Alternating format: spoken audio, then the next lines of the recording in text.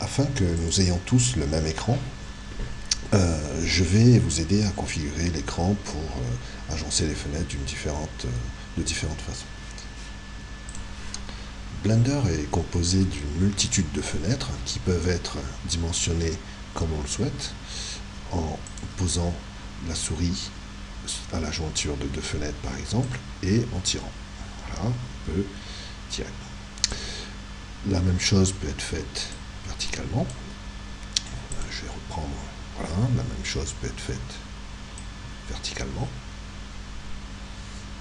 et horizontalement.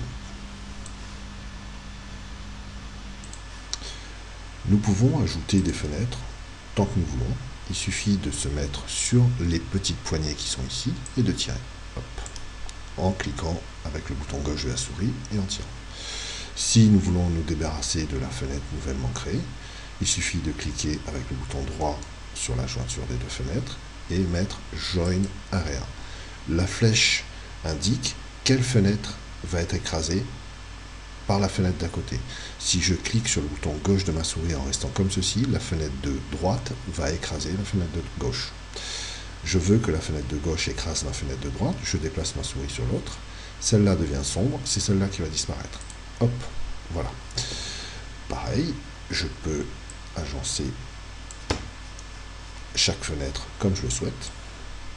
Je peux même faire en sorte que les fenêtres soient dissociées du programme Blender complètement. J'appuie sur la touche majuscule temporaire, je clique et je tire.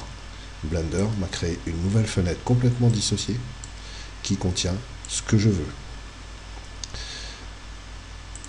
Chaque fenêtre, mini-fenêtre, a un menu.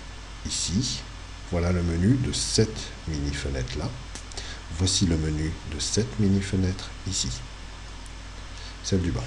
Voici le menu de la mini-fenêtre qui est ici, et voici le menu de la fenêtre qui est là.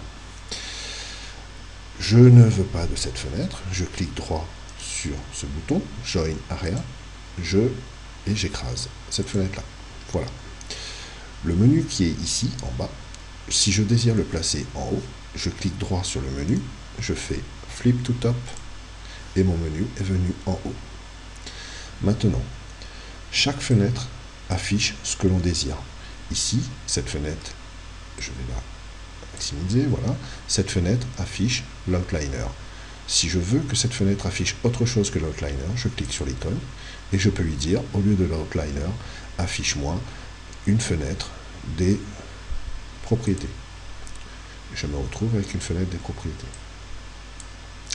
qui est la même que celle du dessous. Cette fenêtre-là, maintenant, je veux que ça soit l'outliner, par exemple. Je clique sur son icône et je lui dis « Affiche-moi l'outliner ».